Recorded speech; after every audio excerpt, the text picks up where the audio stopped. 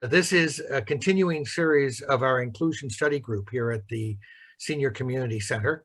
And all of our Something to Talk About conversations, Monday, Wednesday, and Friday, and sometimes other days as well, including this week, are sponsored by Fieldstone Memory Care of Bainbridge Island. Fieldstone offers innovative and compassionate care, and they also offer day, stay, and respite programs. If you'd like to learn more, call 360-689-4314. You can schedule a tour of their apartments on Rolling Bay as well. Also, I'd like to acknowledge that the Senior Community Center is on the ancestral homeland of the Coast Salish people, most specifically our neighbors of the Suquamish tribe, the people of the clear salt water. We honor them and we are grateful for their hospitality. And Anne Lovejoy is going to get us started today. Anne, thank you. Thank you, Reed, and welcome everybody. And thanks so much for our panelists too for showing up. I'm hoping that we're going to have a pretty lively discussion, and you are all encouraged to put your questions in the chat, where I'll check them and try to offer them up as we have time.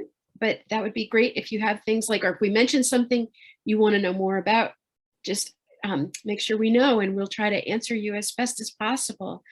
So I'm going to ask each of my panelists to just say a couple words, a sentence or two about their equity work and how they got involved, just sort of off, first getting us started. Because I think what's interesting is there are many ways to be an activist, even an elder activist. And there are lots of ways to be an effective ally, an advocate. And so I think what we're seeing here is we're going to talk about today is some of the different ways that I think a lot of us started off maybe back in the 50s and 60s, waving signs and singing songs and protesting. And, maybe you don't have the chops to do that anymore, or you just don't feel like it, but there's still so many ways we can contribute. Peggi, do you want to kick us off a little bit by just an overview of what you do and how it works in your life? I can do that. Thanks, Anne. Hi, everybody. Good morning. Hope you're doing well today on this beautiful day. Let's see. Like many people who grew up in the USA, I grew up in a mostly white neighborhood in a mostly white town. When I was in high school, there was actually a cross burning in my town, which I didn't really even know what it was. And I think I stayed, even though I became a hippie, I thought it was very liberal. I think I stayed in that kind of white cloud for most of my life. I began working with a nonprofit organization called the Pachamama Alliance out of San Francisco, and I worked with them for many years. And they had someone on their board. His name is Van Jones. I don't know if any of you are familiar with him or his work, but he's an amazing guy. And he gave a talk to the facilitators, and I was a facilitator for Pachamama one time. And it was pretty amazing, but actually I still couldn't hear it. And so I used to train people, and I would play this video of Van talking. And I think about the 16th time that I played this video, I actually heard what he was saying, that white people avoid getting involved in racial justice because it's just uncomfortable. And that that there's a problem with basically white hearing, that we couldn't really even hear the voices of people of color. So about that time, I was like, oh my God, that is me that he's describing. So I kind of made it my mission to kind of learn more. And this was about 2007, something like that. And so I was already, pretty old. I was in my 60s. And so, yeah, I started educating myself. I went to the Coalition of Anti-Racist Whites University in Seattle. I joined the White Privilege Conference planning team. I just, kind of dove in, and then I began volunteering for the People's Institute, who give a lot of trainings also in Seattle. And then I I knew that I wanted to talk to other white people. So I started things on Bainbridge. I started conversations on racism, and that's where I met quite a few people and was in that group. And then Karen Vargas and I teamed up and started taking films around and things like that.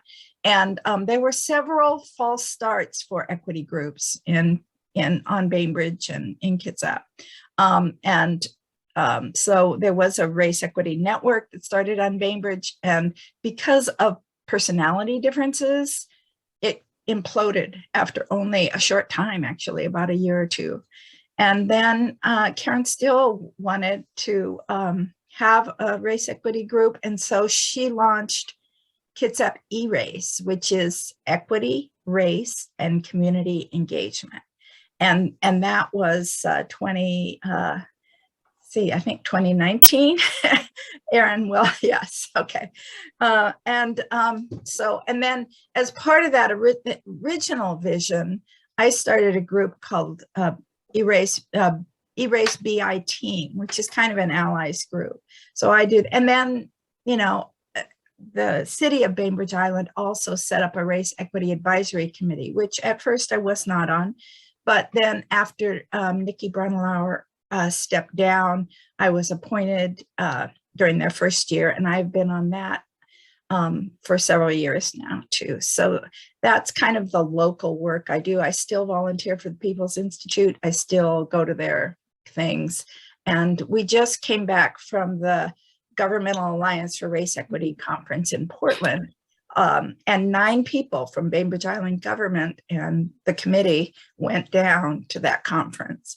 And that was a historic first, I think, for Bainbridge. So Bainbridge has started down the track, but just very early on. So that's my story. Sorry to take. Oh, thank you. Yeah, that's great, Peggy. That's a really good overview. Airen, how about you? You probably have to take about an hour or two to get started because you've done so many things for so long. Hey, Anne. Hey, everybody. Good to see you. I love to talk about organizing, and I don't like to talk about myself. So this is a growing edge for me. So my name's Airen Lydick, and I am not from the Northwest originally. I grew up in the middle of the country on what's primarily historically Omaha lands. It's northeastern Nebraska by the U.S. naming, and my family on my biological or family of origin on both sides has been farmers there for many years. My mom's side of the family, my mom is the 7th generation, so that's pre the Homestead Act, and my father's side is the 5th generation, so that's his family came there as part of the Homestead Act.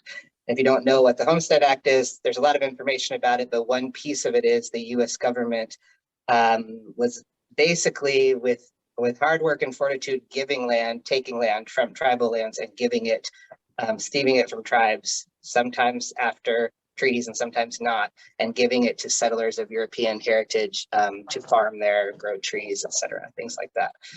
That's all part of the Manifest Destiny history, right, of the US. So my growing up, because obviously like all white folks, my heritage is people coming here from somewhere else, whether that's colonizers or immigrants. But my family's lived here for quite a long time. And so the cultural like sort of foundation for me is about being working class rural white people, basically in the middle of the country. That's sort of the culture I come from, and primarily farmers and people who did that for generations. So in that context, my growing up thinking about equity and fighting for justice and things like that really was shaped by the fact that I'm 47 now. I was born in 1974. So in my coming up, it was sort of the small farming families crisis time, right? When Ronald Reagan got elected and there was support of the oligarchies in Central America, this translated to a lot of small non-corporation farmers like my family's heritage being pushed out, kind of a whole nother generation of land theft, not with genocide, but with politics and capitalism, right? So in my growing up, I was involved in a lot of organizing related to that because my parents were organizers for small farming families like we were. So when I was a kid, I sort of learned the principles of what does it look like to believe the voice of community and build connections among community members to speak up for yourselves and for people who are being harmed, say, by big systems, right?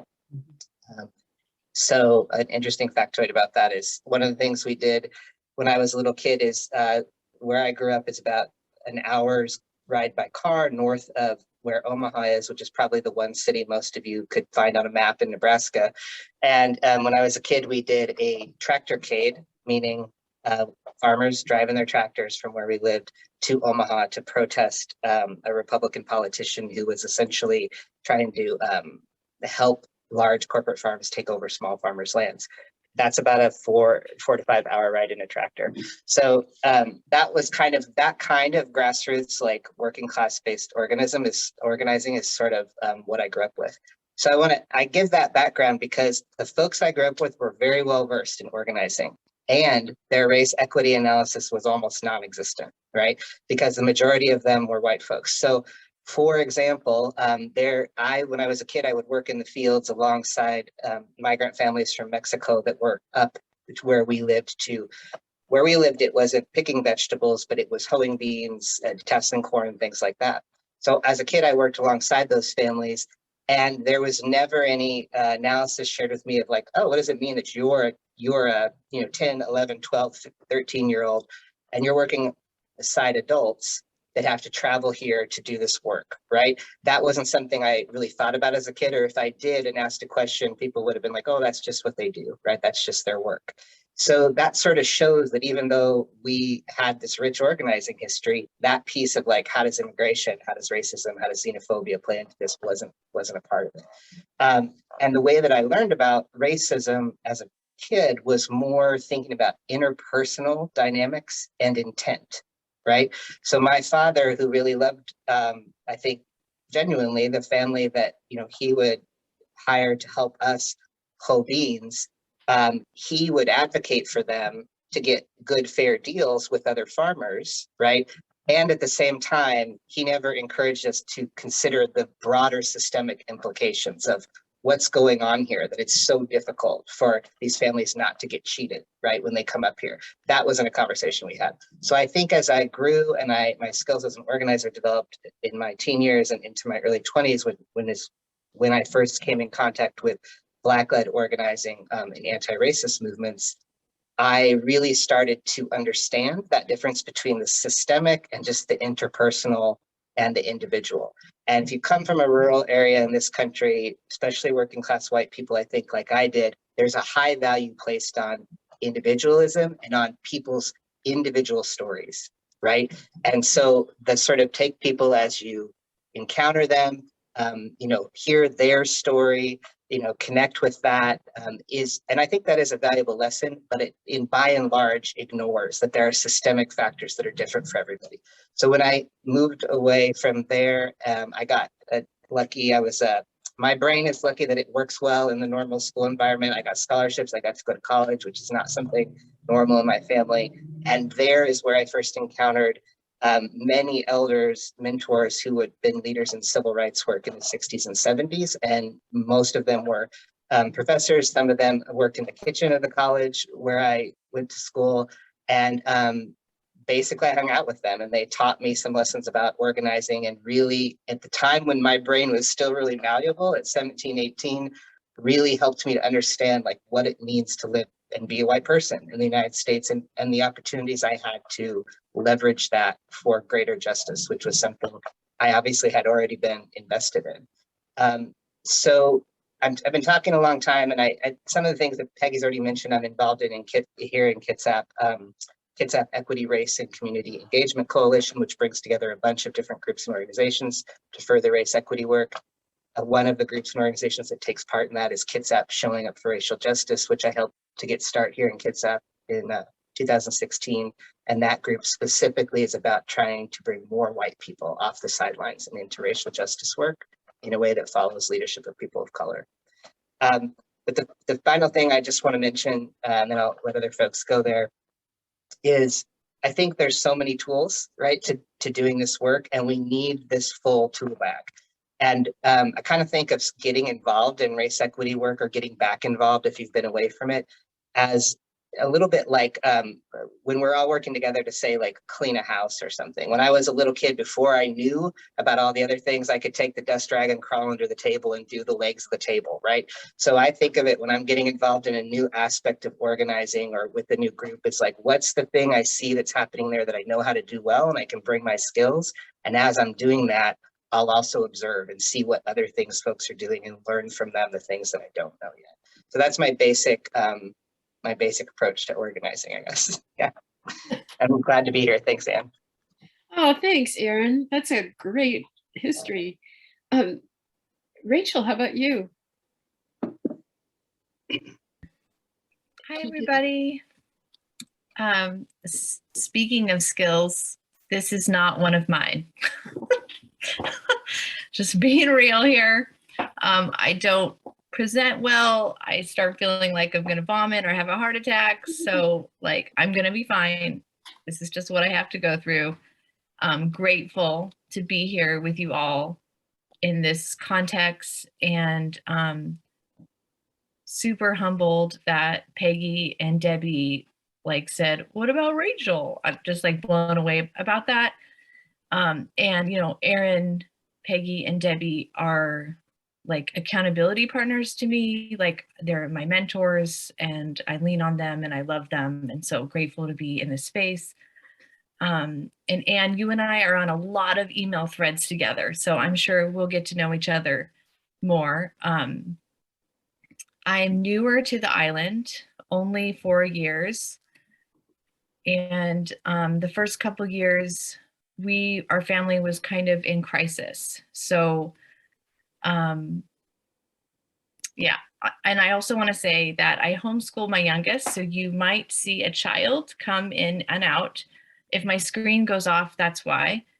And also my mom who lives with us is ill today, and we're not sure what's going on, and we're kind of like on call with doctors. So I kind of have like, this is kind of me at all times. There's always like a million things going on in the background. So just wanted to lay that out. So just a quick introduction for me is I grew up in Los Angeles County, which is a very diverse place. And my family was very steeped, entrenched, and internalized the white supremacy culture that is throughout America. And Chumash land is so-called LA County. So that's where I grew up. And I came up to Seattle. Let's see, my oldest is 12, so 13 years now. So I have been kind of in and out of this work of race equity work for a long time. And I have some shame around that because, and it's a motivator for me as well, because I would come into the work and then it would get uncomfortable and I'd step out. I'd come into the work, it'd get uncomfortable and I step out. And I decided I didn't want to do that anymore, that it's too important and we need all hands on deck. And I had an anti-racism educator. Her name is Maisha Hill. This is one of her first books. I can give resources to things later if anyone's interested. And she was saying, look to your local government, look to your local places, like what race equity work is happening in your local areas. And I was like, my goodness. I didn't like think about that. I mean, I had done protests and things before, but to be involved in community in this way, I had not. And that's when I met Airen and Peggy and Debbie in Kitsap Erase, and then Kitsap Surge. And, you know, the doors open, right? Because it's a very welcoming and inclusive space. And there's a lot of work to be done around race equity. other groups as well. So yeah, I plan to hopefully talk about, if I can get it out, the balance of the inner work and the outer work. That is key for me. The inner dismantling of white supremacy within myself and my family. And then the outer work of going to protests, joining Kitsap Erase, Kitsap Surge, and the actions that come out of that, supporting our local school board meetings. Like, there's so much work to be done here, right? And that outer work, which is so important for me personally, has to be met with it has to be balanced. Because if I'm not constantly reflecting and correcting my whiteness, I will cause harm in all these spaces. And so I just, like, that is kind of key for me. And when you were writing kind of what this talk was about, that's what I wanted to bring today. So yeah, thanks for having me. Oh, I didn't vomit. Woo! we're going to circle back to you later because I want you to talk a little bit more about the school board stuff. But Debbie, one of the things that cracks me up about Debbie is that she's the most modest person on the planet.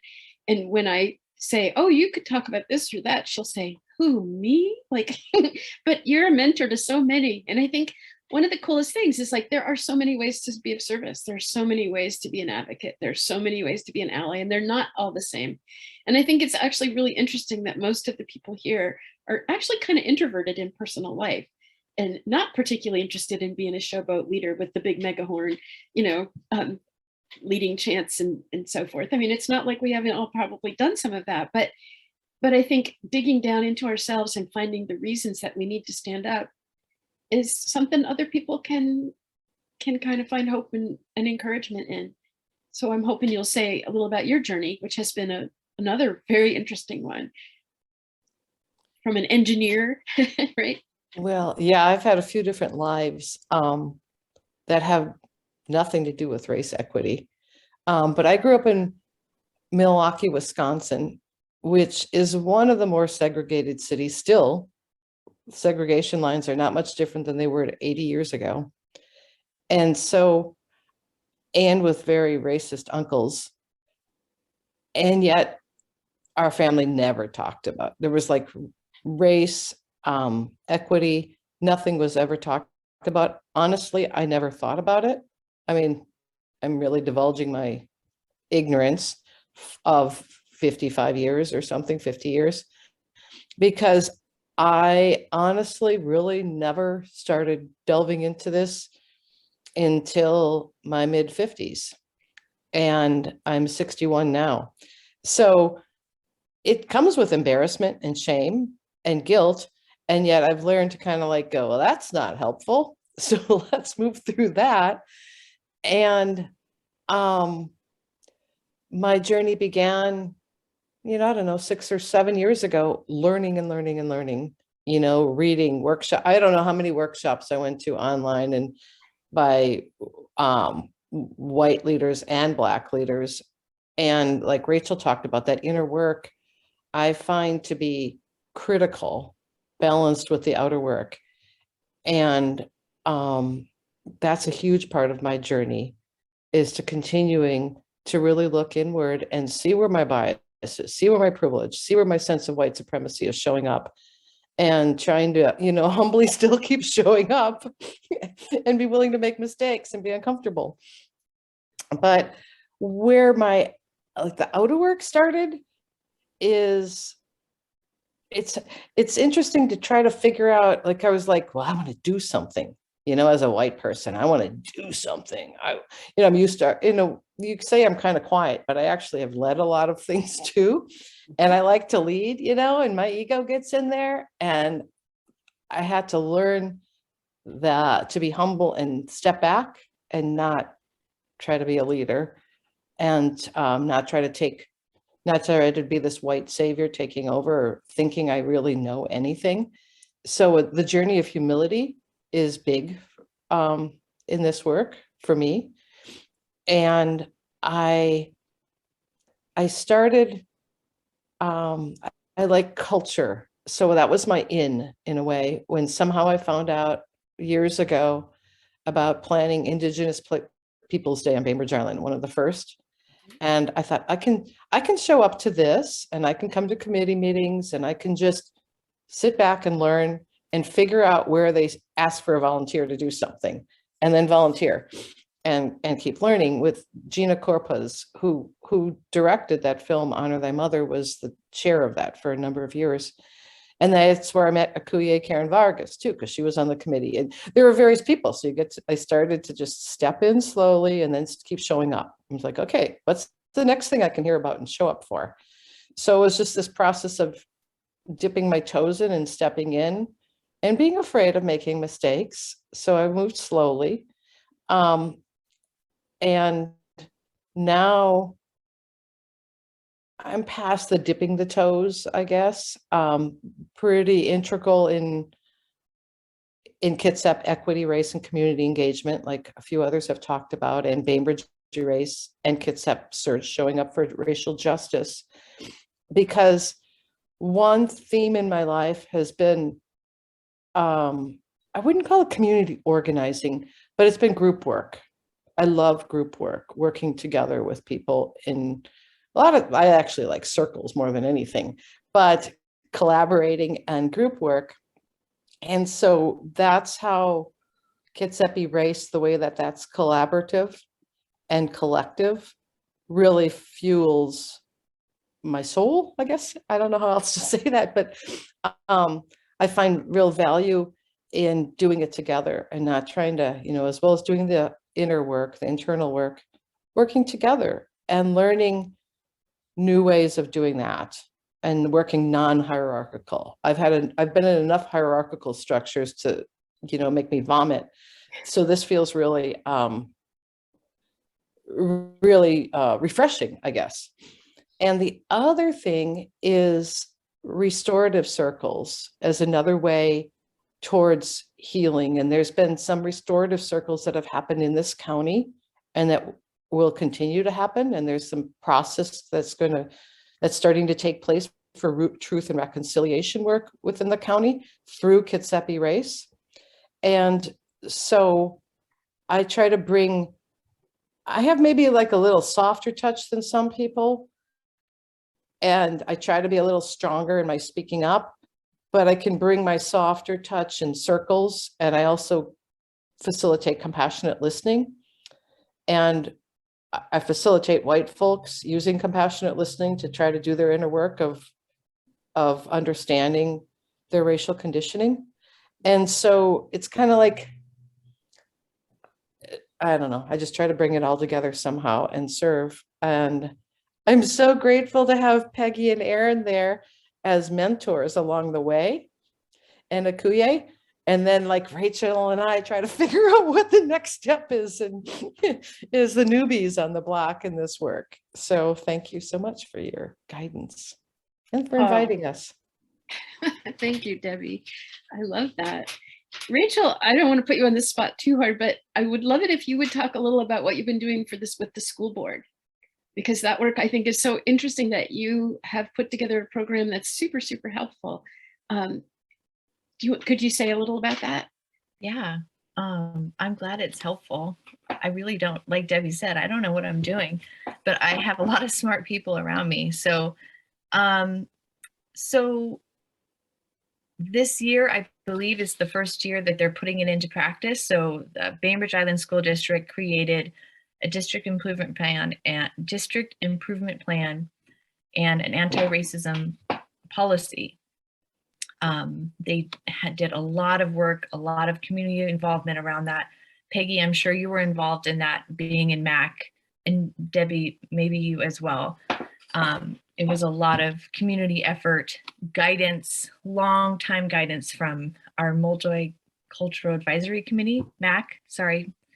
I will get nervous and say things different, but I can see Peggy's going to type something maybe and correct me. Thank you. So this is the first year that they're like putting this policy, this improvement plan into action. And they're teaching truth and having more cultural diverse books. It's really great. And the data that's coming back from the implementation of this plan is incredible. Students are happier, they feel heard, they feel seen. It's really great to hear. So when our school district and MAC and all the community members put this forward, there has been a lot of pushback for it.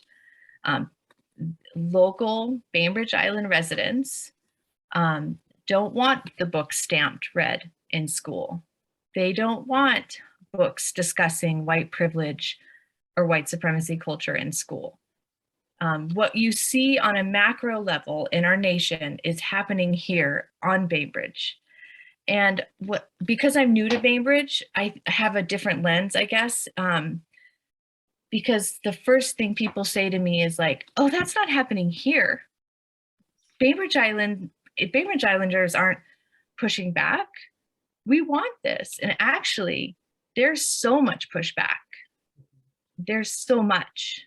And so a group that I'm a part of, because people, Bainbridge Island local citizens were coming to the school board meetings and pushing back, writing letters, pushing back on the books stamped and them implementing this new plan. And so Chaz, who Peggy just put in the chat, reached out to community members for help, to help support the school board and the teachers in implementing this anti-racism policy. And so we show up every school board meeting and make comments, public comments in support of the DIP and the anti-racism policy and this learning, this truth telling. There's so much to learn on our island alone. Like there's so much truth to be told about Suquamish, the Indepino community. There's so much right here. And so, yeah, if you're interested in being a part of being on an email list, I send emails out usually twice a month, or there's 2 meetings a month. So it's like 4 emails. I'm trying to get speakers to come to support them. It would be great if you want to be a part of that, because we are pushing to do this through the end of the year. And then we are going to come together and reorganize and see what is needed next year, because this school pushback for truth telling is happening everywhere. It's happening in all of Kitsap, like literally everywhere. So there is a local effort. And if you want more information, I'll put my email in the chat and you can email me and I'll put you on that. Is that what you, is that? Yeah, that's great. I think it's worth kind of calling out that some of the pushback is very organized and involves people who don't live on the island. It's a whole bunch of people from Kitsap County, mostly, but not entirely, and not all that many Bainbridge parents. And a number of the Bainbridge parents who do show up are actually homeschool parents whose kids are not even in the school system, but it's very well organized. And so to try to counter that, it's important to have local people stand up who either have kids in the system or have had kids in the system or just want kids in our school systems to have truth available to them. It's also worth remembering that part of the point of their disruption of the school board meetings is to make it difficult for the school board to conduct its usual business. Because when so much time gets taken up with these distracting comments and rants, it's difficult for them to find the time to do the actual work they need to do. And that's part of the strategy. So it isn't just, I don't want my kid to have this book in front of their face, because that's actually truthfully not the issue for the most part. It's, I want to make sure this is uncomfortable for the people who are trying to implement this program. And one of the things Chastity did have us do back, I don't know, a year or so ago, was to write to all the teachers and support them and say, I really am so grateful to you. And we can get a list out if anybody wants to write to teachers again, because I want you to know, I got answers from every single teacher I wrote to and the supervisors and everyone I wrote to, and they were all very grateful for that. And it's such a simple thing to do. And actually, to be truthful, it was an email. It wasn't even like a putting I have arthritis in my 7-year-old hands and I don't write very well anymore. So I can email, and that counts too. I think, people, there used to be said, emails weren't effective tools and you had to write an actual physical letter. But anymore, that's not true. That, like, if you write to your congressperson, because most of them don't let you give them an email. But for things like teachers or for working with our local government, you can email and it's just as effective. And if that's easier for you, it's a perfectly good tool. The other thing to think about, and I was going to ask Airen if you'd weigh in on this a little bit too, is, whether phone calls and emails and letters are really one of our better tools still. Can you say something to that, Airen? And Eric, and I know you have something you want to say too. Thanks, Anne. Yeah, this kind of builds on what Rachael was saying, and I think it'll get to what you just brought up as well. So one thing I wanted folks to know, in case it wasn't clear, is when Rachael says, trying to organize speakers, she means come and make a comment at the meeting. You don't have to be, it's not like you're going to be at a podium and you have to give an official oration, nothing like that. And I think that one of the pieces that can happen, and I'm kind of going to go to like the foundational level of like some problems and then how we address them through organizing, and we change the structure of how we do the work. So if a lot of white supremacy, capitalism, and imperialism, these things we're organizing to deal with the negative impacts of those, if a lot of those are built on the idea of individualism, the antidote is that the way that we organize to counter them needs to be collective. So what that means is when Rachael reaches out to community, Chaz reaches out to Rachael reaches out to community, and builds a conversation among folks who want to understand the nuances of this pushback against holistic education, right? They want to understand that, and then they want to work together to use the variety of tools and to use them in a strategic and collective way. So it's a different thing than I read in the newspaper, hey, somebody said something racist at a school board meeting.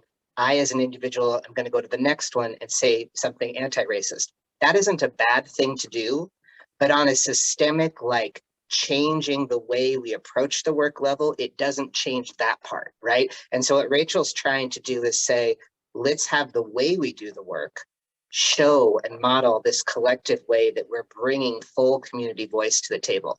So a nice side effect of that is often the change happens more quickly and more robustly when it's collective.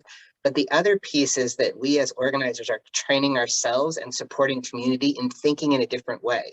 So if I have a history of feeling like I want to do something, but I'm so exhausted, I can't do it on my own. Like Rachael said, I step in and I step back out. I think a lot of times the reason that happens is because we are so not even conscious that we're thinking about it ourselves as an individual and not part of collective power, that we don't ask for help. If Rachael says to me, I'm feeling exhausted, I need to quit, what I'm going to say to her is, Rach, like, take the weekend. Like, can I bring you some food? Do you need a massage? Like, what's up? How can we help out? And I'm just staying in touch with her, right? And then it might be like 5 days later, she's like, oh God, thanks, that was great. Okay, I'm ready to go to this meeting and plan a thing, rather than running away and feeling ashamed of being gone for a year from organizing, right? Peggi a couple years ago did a good model, maybe it was a couple years ago, of saying, I need to have some time with my garden. I need to have some time with my plants. I need to have some time doing this. And she's announced to us in community, I'm going to take a sabbatical. Here's the amount of time. Here's what I'm going to be doing. I'm going to kind of touch base, but I'm not going to be at so many meetings. And it was a great role modeling of, here's a way to, like, I am in this work for the long haul, and here's what I need to do. And if you're ever played in a band, I've played trombone, and there's a thing where you all take turns taking breaths, right? So that the note is sustained. It's like that, okay? But you don't just pick up your horn and leave the band room, because we need you to play, right? And so that idea. So on that front, I would say it doesn't matter. It's like emails are great, phone calls are great, going to a meeting is great. One of the things we do when we organize collectively is we talk about what are the things you like to do. So yep, do those. But if Anne likes to make phone calls, I don't just, and she's like, I'm great at making phone calls. My hands are not working for this letter writing. I want to make phone calls. I'm so good on the phone. I'm going to say to Anne, that's awesome, Anne. Hey, I know these 3 folks who want to make phone calls, but they're super nervous and they need a mentor to learn how to do that. Can they come over to your house and listen in while you make some phone calls so that they learn how to do it, right? Or that they get more support or feedback from you. And so whatever the tool you can wield well, help somebody learn how to do that, and then also seek mentors, right? And I think this is, for me, one of the things growing up where I did, where it's very rural, very few people, that I am so grateful that I had at a young age, is intergenerational mentorship. My entire life growing up, as a little kid, I was learning from people, 70, 80 years older than me, and they were learning things from me too. Atari started when I was a kid, and I remember teaching my grandpa to play that, and he loved it, right? So it's like, there is an understanding where there's very few people that we need intergenerational learning. But unfortunately, I think when we get more spread out, right, there's more people and we individualize to just our own home, we forget about that sometimes, especially as white folks. So this is a great opportunity right now to make those connections and say, I want to learn that thing, or I want to teach this thing. And that humility that, Debbie talked about is always going to be part of that process. Wonderful. Now, I don't know whether Rachael or Peggy, which one of you wants to step up next? I'll just jump in for one quick second, because I wanted to go back to the anti-CRT movement here on Bainbridge. I think it's really important to name what's going on. And this group, Parents Defending Honest Education, which has been around for almost a year and is an anti-critical race theory group, which is basically, you can just translate that over to anti-equity, anti-teaching true history, anti-supporting students of color, and their whole argument about harming white children, that equity harms white children, even though the students that we work with in MAC say we want this education. And they have morphed now, and they have joined a national group. And I'm going to put it in the chat, but I just want you to know that they twist language. So this new group is called FAIR, and it's against race, that their title is like against racism. And so they twist language, and you have to be aware, because it sounds great when you read, FAIR. Oh yeah, I want to join FAIR. But actually the root of it is, let's go and not let, poor white children be discriminated against. So I just want everyone to be aware of that. I'll put some stuff in the thing, and now I'll pass it on to Rachael. I just wanted to add that, yeah, the Parents for Honest Education, that is a Bainbridge Island local group. Those are Bainbridge Island parents, a part of our school system, making this effort. And I think because of the work we're doing, it's disbanded, but now they're joining this other group, FAIR. So the work, we have to keep doing the work. And then I just wanted to say, because like me, speaking is very anxiety causing. But like Airen said, growing my edge is really important, which is why I'm here. But I just wanted to say, I go to every school board meeting in person. And if you wanted to have a statement, which public comments are only 1 to 3 minutes, like it's very quick. If you wanted to write a statement to me, I would read it out loud for you. I just wanted to put that option because going to the meeting and speaking is a barrier. Doing Zoom is a barrier as well, right? And like there's a lag, like trying to figure out the technology of then speaking virtually on Zoom. So I just wanted to say, I am gonna put my email in the chat that's an option. If you would like to make a statement, I can read it for you in person. So thanks. That's very generous, Rachael. Thank you. Debbie. Well, I want to sort of circle around to a few things. I don't know if you asked when this question was asked, but how much of it, I used to question, like, if I write this letter, make this phone call, is it really going to make a difference? Honestly, I thought, no way.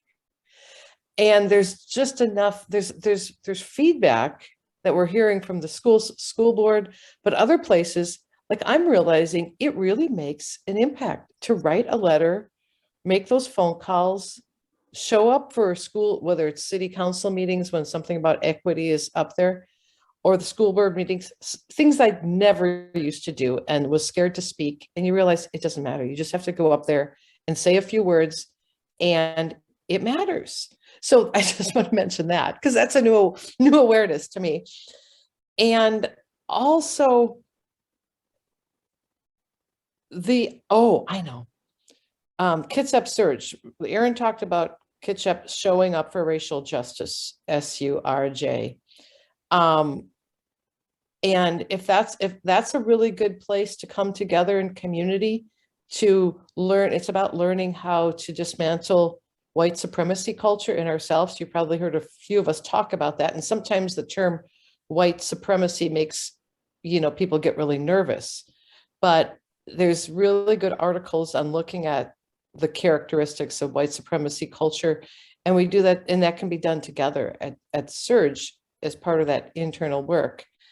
Because I find that to be one of the harder things is once you start learning, and then it's like, how am I going to speak up? Because that is one of the most important things we can do as allies is not be silent. And so I will just add to that I have a little thing I do every day. It's called 5calls.org. I don't know if any of you've used that, but it's more national issues or state often, but not so much Bainbridge Island exactly, but it's pretty great because you can put in your zip code and it will offer you a huge list of things you might want to talk to somebody about. And then it will give you the contact information and phone numbers and stuff for your elected officials involved with that particular topic or issue.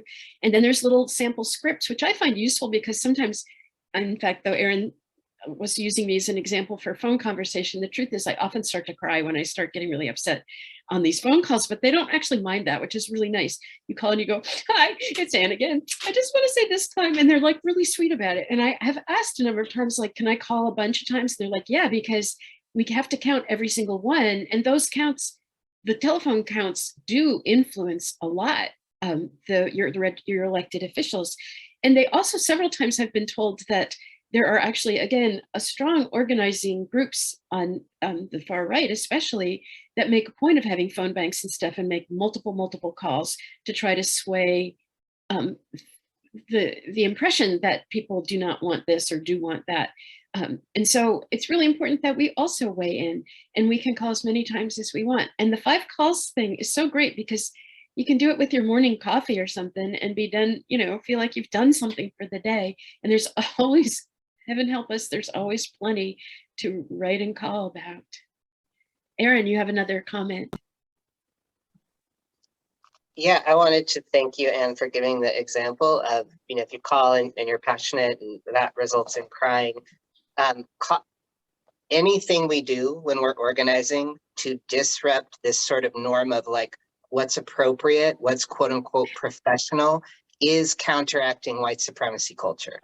So when Anne calls and she's like, I have something to say, and I'm having tears while I'm doing it, and that doesn't mitigate or change the fact that what I'm saying is important, that's a challenge to white supremacy, that's a challenge to capitalism, that's a challenge to sexism. So I think when I think about how I show up as a white person, I'm always trying to think of like, what are the ways that I can show up and be collaborative, like take up the space of my full self without tromping on other people, and try to reinforce the things of like all of our humanity instead of reinforcing the norms and characteristics of whiteness.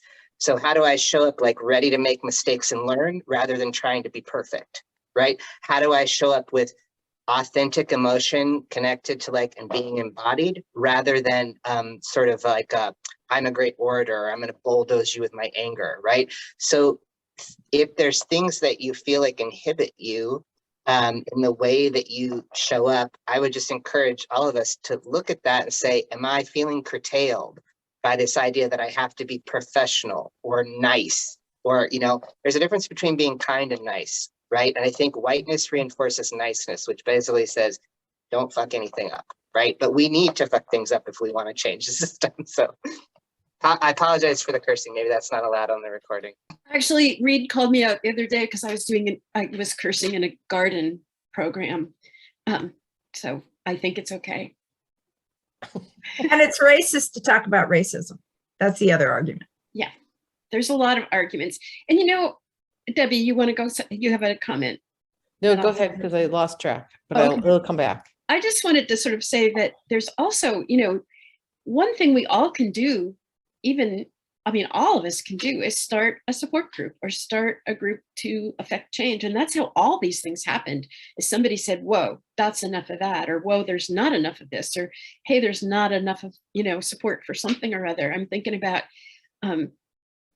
6 years ago when my oldest kid came out as transgender, I didn't know anything. And of course, made some of the most stupid mistakes in the world. And my poor daughter is like, Mom, seriously, you need to do a little learning. So I ended up starting a support group for parents and families, partners of people in gender exploration or who are in transition or newly kind of on that path. And one of the things that's been so great is that what we discovered is it doesn't need to be an ongoing thing. We don't need to be huge experts. We need to be peers.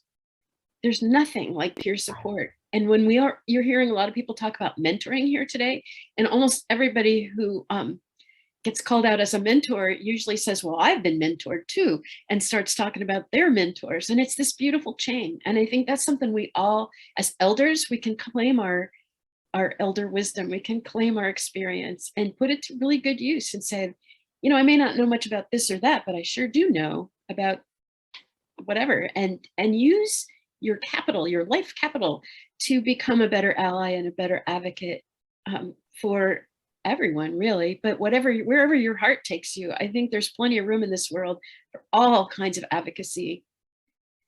Debbie, did you remember what it was? Because your hand's still up. Yeah, I did. This is just is so joy giving. It relates to what Airen was saying, and well, a lot of people at one of the last school board meetings, when it was being voted upon whether to accept the Honor Thy Mother film about the Indo-Pino community. And Rachael organized a bunch of us. There were probably 30 of us there. I don't know. There were a lot of people there. And what Airen was saying about kind of breaking the white supremacy culture, usually those meetings are silent. Nobody claps. There's no cheering. Well, this was a very loud meeting with a lot of clapping and cheering. And at the end, one of the school board members said, this is what community looks like. And that's an example of dismantling white supremacy culture collectively, like Airen's been talking about. And it was so darn fun to do. And anyhow, I just have to share that as an example. The other thing is you talk about resources. I think you were asking about when you asked us to come to this panel. And Kitsap Erase, Equity, Race, and Community Engagement has a calendar that's geared towards people, like events and things that help us dismantle white supremacy culture within us.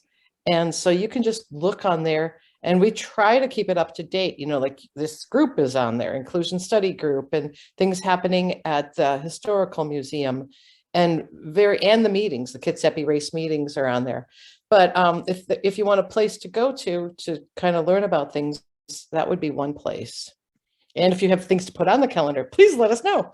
Anyhow. I also wanted to mention a particular thing, because we are here at Bainbridge Senior Center, and I just want to talk a little bit about like white anti-racist organizing in particular from that intergenerational perspective. And one of the pieces of as white folks like us learning how to push back against racism and our own internalized superiority is understanding how this has happened over generations, but the history of folks who are white and have that privilege pushing back against it, pushing back against racism, it's not taught in school, right? It's not something that we kind of learn in any environment.